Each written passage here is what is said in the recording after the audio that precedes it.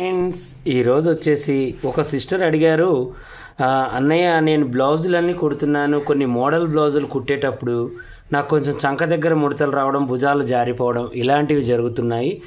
అది నాకు చాలా ప్రాబ్లమ్స్గా ఉన్నాయన్న. ఎందుకంటే మోడల్ బ్లౌజ్ అంటే మనం నార్మల్ బ్లౌజ్ కన్నా కూడా డబల్గా తీసుకుంటాము. నాకు అంత అమౌంట్ తీసుకోవాలి అన్నా కూడా నాకు ఇబ్బందిగా ఉంది.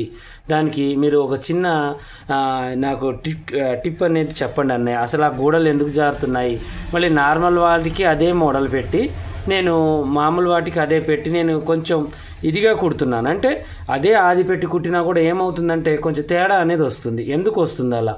ఈ చిన్న చిన్న ప్రాబ్లమ్స్ గురించి నాకు చెప్పండి అన్నయ్య అన్నారు. దానికంటే ముందు అందరు కూడా పండగ సందర్భం అనేది ఇంకా హడావుడి చాలా ఇళ్లలో తగ్గలేదండి. చాలా బాగా చేసుకుంటారు.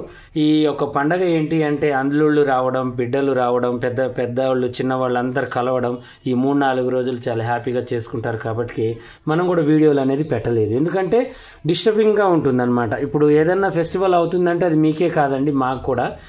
మా ముస్లిమ్స్ దాంట్లో కూడా ఏమవుతాయంటే ఇక ఇప్పుడు సెలవులు ఉంటాయి కదా, అందరికి కూడా సెలవులు ఉండడం వల్ల వాళ్ళు వచ్చి కలవడం, అంతా కూడా ఒకరి దగ్గర ఉండడం, ఏదైనా మంచి మంచి వంటలు మంచి చేసుకొని తినడం ఇలాంటివి జరుగుతూ ఉంటాయి అనమాట. ఎందుకంటే గవర్నమెంట్ హాలిడేస్ కాబట్టి అందరికీ ఫ్రీగా ఉంటాయి. కాబట్టి ఈ సంక్రాంతి సెలవులకి ఎదురు చూస్తూ ఉంటారండి చాలామంది పిల్లలు, పేరెంట్స్ కూడా కలవాలని, వాళ్ళ ఇళ్ళకు పోవాలి, అందరినీ కలవాలని చాలా హ్యాపీగా చేసుకున్నారు. అందరు కూడా చాలా హ్యాపీగా మంచిగా ఎప్పుడు కూడా ప్రతి సంక్రాంతి కూడా ఇలా అన్ని మతాల వాళ్ళు, అన్ని కులాల వాళ్ళు చాలా హ్యాపీగా మంచిగా జరుపుకోవాలని మనసుకు పూర్తిగా కోరుకుంటూ నేను వీడియో స్టార్ట్ చేస్తున్నానండి.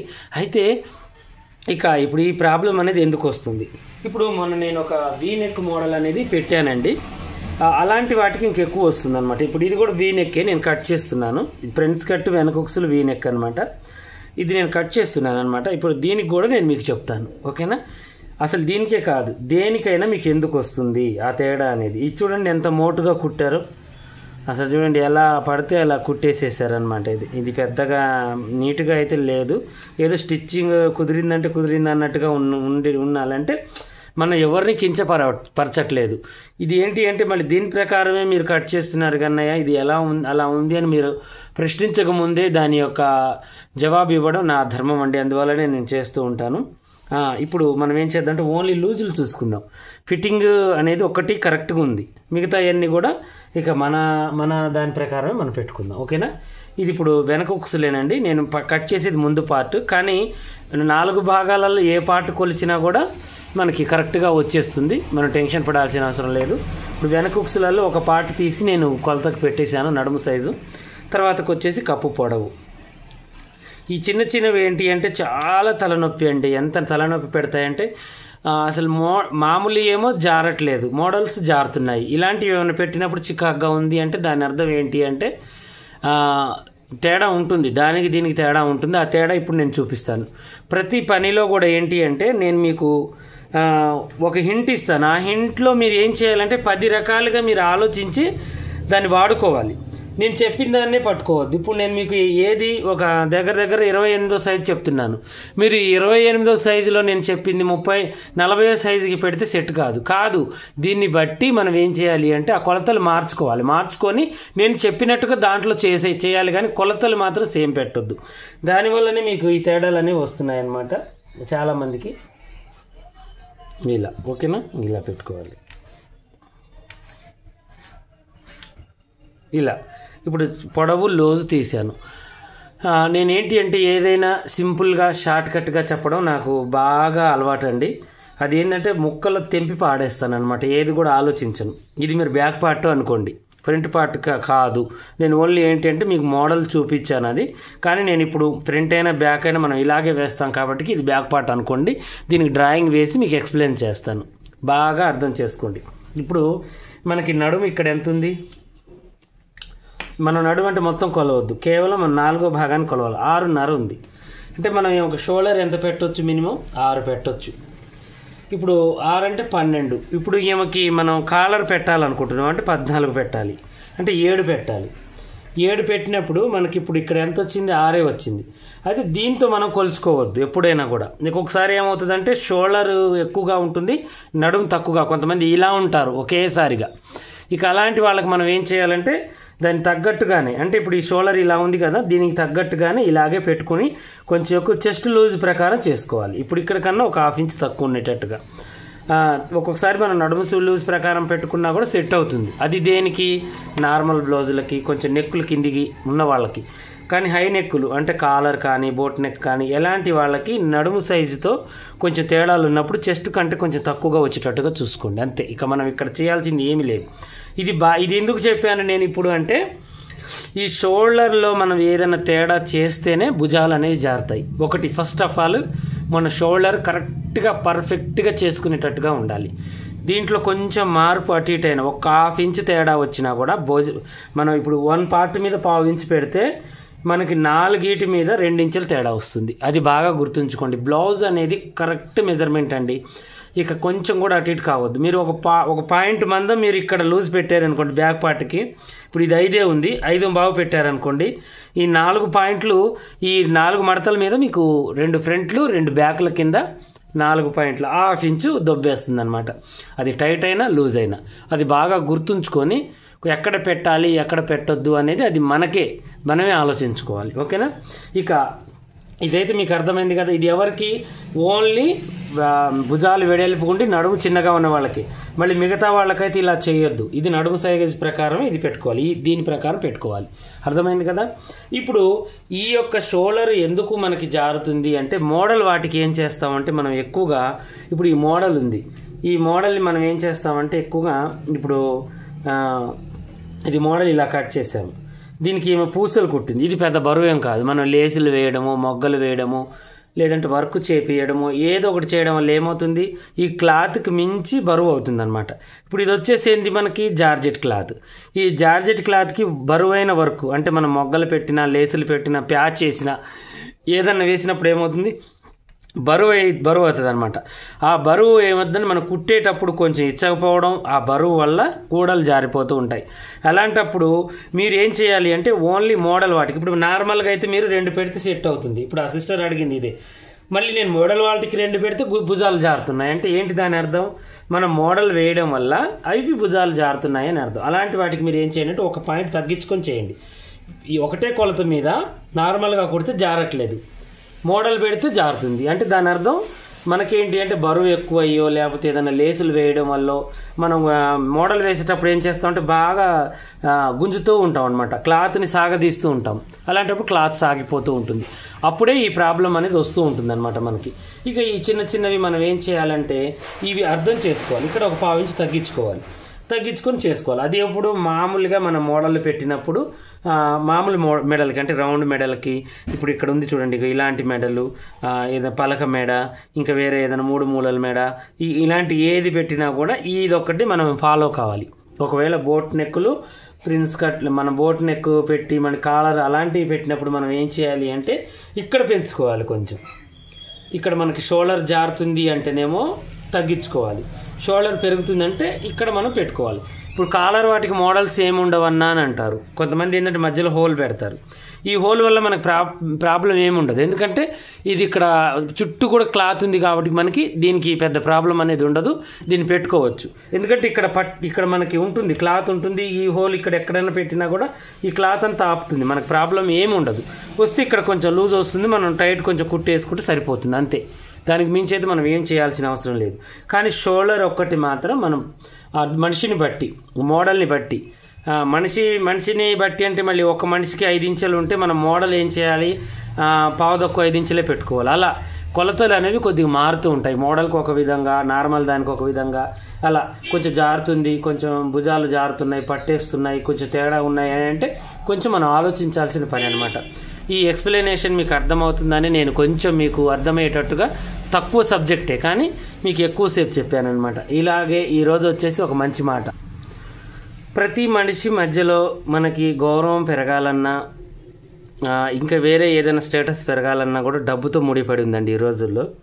కానీ ప్రేమని, డబ్బుని ముడిపెట్టొద్దు ఎప్పుడైనా కూడా. ఇది ఎందుకు నేనంటే, నేను కొన్ని విషయాలలో నేను చూశాను, ప్లస్ నేను భరించాను కూడా, నేను అనుభవించాను కూడా.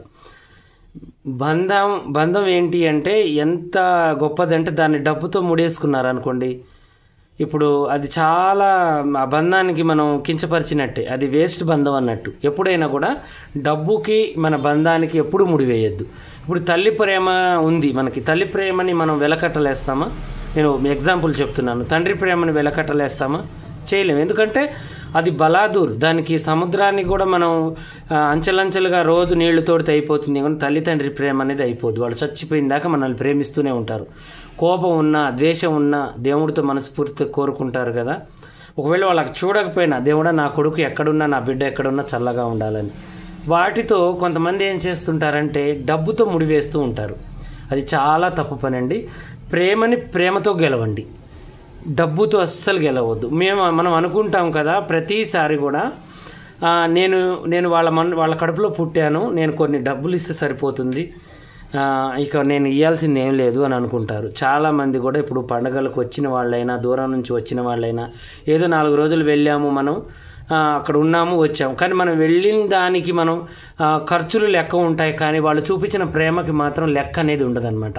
అది చాలా గొప్పదండి, దాన్ని ఎవ్వరూ కోల్పోవద్దు. నేను చెప్పేది ఏంటంటే ఈ పండగనే కాదు, ప్రతి ఒక్కళ్ళ సాంప్రదాయ పండగలు ఏవైనా ఉన్నాయి అంటే వాళ్ళు నిస్వార్థంగా మనల్ని పిలుస్తారు. మన తల్లిదండ్రి ఇప్పుడు పిల్లగాళ్ళైనా కొడుకులైనా బిడ్డలైనా కలిసి అయితే ఉండట్లేదు. ఏ జాబ్ పర్పస్ ఎక్కడైతే ఉందో అక్కడే భార్య భర్తలే మిగులుతున్నారు. లాస్ట్కి ఏదో 100లో ఒక 10 కుటుంబాలు కలిసి ఉంటున్నారు. వాళ్ళు కూడా కొట్టుకుంటూ మెట్టుకుంటూ నెట్టుకుంటూ తిట్టుకుంటూ కలిసి ఉంటున్నారు, కానీ సుఖం అనేది లేదు వాళ్ళల్లో. అది కూడా డబ్బు సమస్యే. లేని కాడ డబ్బు లేదు అని ఒక్కొక్క కొడుకు ఏం చేస్తాడంటే డబ్బులు ఉంటేనే పేరెంట్స్ని మర్యాద ఇస్తాడు. ఒక్కొక్క కొడుకు ఏంటంటే డబ్బుతో సంబంధం లేదని ప్రేమిస్తాడు. అలా కొడుకులలో తేడా ఉంది, తల్లిదండ్రులలో కూడా కొంచెం గొప్ప ఇది అనేది డబ్బు లోటు అనేది ఉంటూ ఉంటుంది. కానీ నేను అనేది ఏంటి అంటే లాస్ట్లో మీకు చెప్పేది ఏంటి అంటే మనం పోయి అక్కడ ఎంత డబ్బు ఖర్చు పెట్టామా అనేది ముఖ్యం కాదు, మనం పోయి ఉన్న సమయం వాళ్ళకి చాలా గొప్పది అని చెప్తున్నాను అనమాట. కొంతమంది వస్తున్నారండి, నేను నా కళ్ళ ముందే చూశాను. ఇదే పండగకి ఒకళ్ళ ఇంట్లో, నేను పేరైతే చెప్పదలుచుకోలేదు, కొంచెం దూరపు వాళ్ళే, ఒకళ్ళు చెప్తుంటే విన్నాను. వాళ్ళు పండగ నాడు వచ్చాడు, కొడుకు కోడలు కూతురు బిడ్డ అందరూ వచ్చారు. ఇవి సినిమాలలో జరిగేవే కామన్గా, కాకపోతే ఇది నిజ జీవితం అనమాట. వాళ్ళు వచ్చి ఏం చేశారు అంటే వాళ్ళు వస్తున్నారు అనగానే ఆ తల్లి ఆ తండ్రి వెళ్ళి పిండి పట్టించుకొని రావాలి, ప్రతిదీ అన్నీ చేశారనమాట. అన్ని పిండి వంటలు పిల్లలతో గడపాలని చెప్పేసి వాళ్ళు రేపు వస్తారు అనగా ఈరోజే మొత్తం పిండి వంటలు చేసుకొని మంచిగా ఉన్నారు వాళ్ళు రెడీగా పిల్లల కోసం. ఆ బిడ్డ వచ్చేసింది, ఆ ఇద్దరు కొడుకు బిడ్డ వాళ్ళు పెద్ద జాబులు, అల్లుళ్ళకి కోడళ్ళకి అందరికి జాబులే. వాళ్ళు వచ్చి తిరిగి వీళ్ళకి సేవ చేయడం పోయి, ఇప్పుడు ఈ తల్లిదండ్రికి సేవ చేయడం వదిలేశారు వాళ్ళు వచ్చి కోడళ్ళు వచ్చి కాలు మీద కాలేసుకొని, బిడ్డ వచ్చి కాలు మీద కాలేసుకొని, అల్లుళ్ళు మగవాళ్ళంటే అది వేరే విషయం, వాళ్ళకి చేయాలి, బిడ్డ చేయాలి, కోడలు చేయాలి, ప్లస్ అత్తమామ కూడా చేయాలి. ఇది రివర్స్ ఉంది ఇక్కడ. ఏంటి అంటే వాళ్ళు వచ్చి కాలు మీద కాలేసుకొని చేసుకుంటే ఈ ముసలి వాళ్ళు ఉరుకుతూ పరుగుతూ అన్నీ చేసి పెట్టాలి వాళ్ళకి. ఇది న్యాయంగా అనిపిస్తుందా మనకి? వాళ్ళు సంవత్సరం పొడుగుతో మన కోసం చూసి మన కోసం అన్నీ వండి పెట్టి మళ్ళీ వచ్చిన తర్వాత మనకు దొరికేదే కొద్ది ఛాన్స్. దేవుడు ఏంటి అంటే తల్లి పాదాల కింద మన స్వర్గాన్ని ఇచ్చాడు, తండ్రి స్వర్గపు ద్వారం అని చెప్పాడు. మనకి ఉందే 2-3 రోజుల టైం, అది కొడుకైనా బిడ్డకైనా ఎవరికైనా నేను చెప్పేది. ఆ 2-3 రోజుల టైం కూడా మనమే వచ్చి వాళ్ళతో చేపించుకుంటే అది మానవత్వం అవుతుందా? ఏంటి ఏదైనా ఆ తల్లిదండ్రి అన్నారుగా, నాన్న మీరు వచ్చారు, మీరు కూర్చున్నారు, మంచిగా మీకు నచ్చినవి ఇంకేమైనా ఉంటే చేసుకొని తినండి రా అని చెప్పిందంట వాళ్ళమ్మ.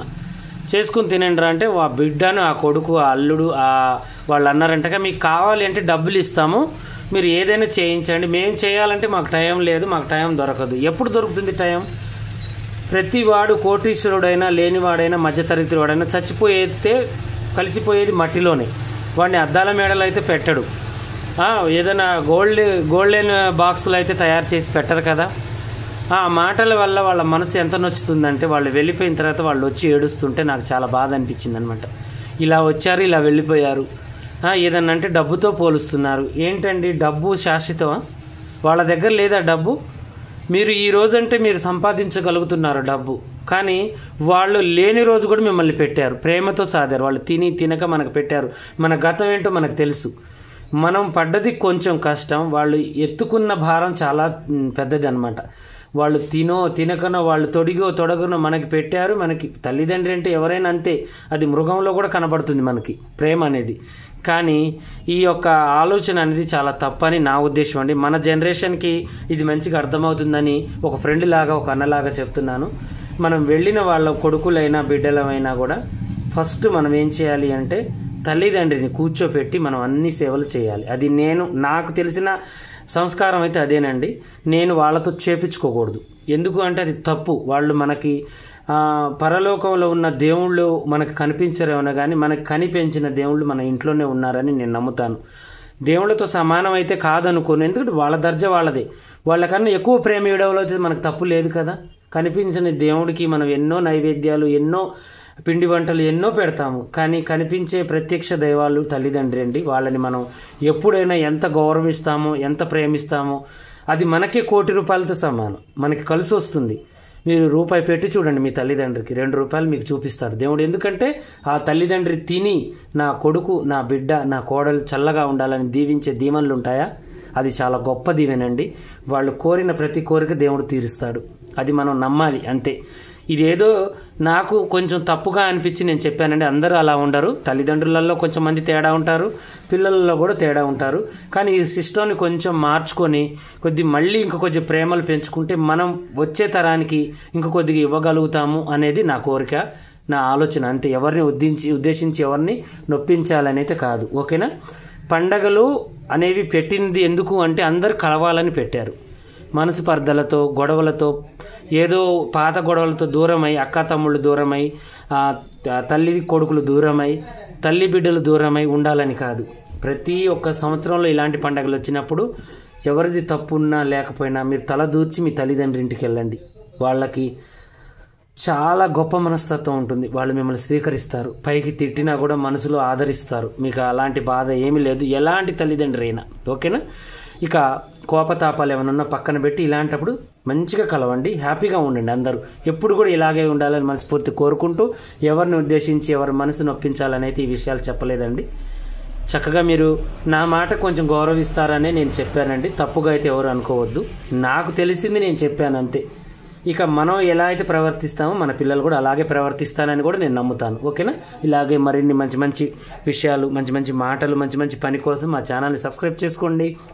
ఇక మీకు ఏదన్నా ఇప్పుడు నేను చెప్పిన దాంట్లో కానీ ఇంకా వేరే దాంట్లో ఏదన్నా మీకు డౌట్ ఉంటే ఇదో వీడియో కింద కామెంట్ సెక్షన్లో అడగండి. నేను వీడియోలు అనేవి పెడతాను.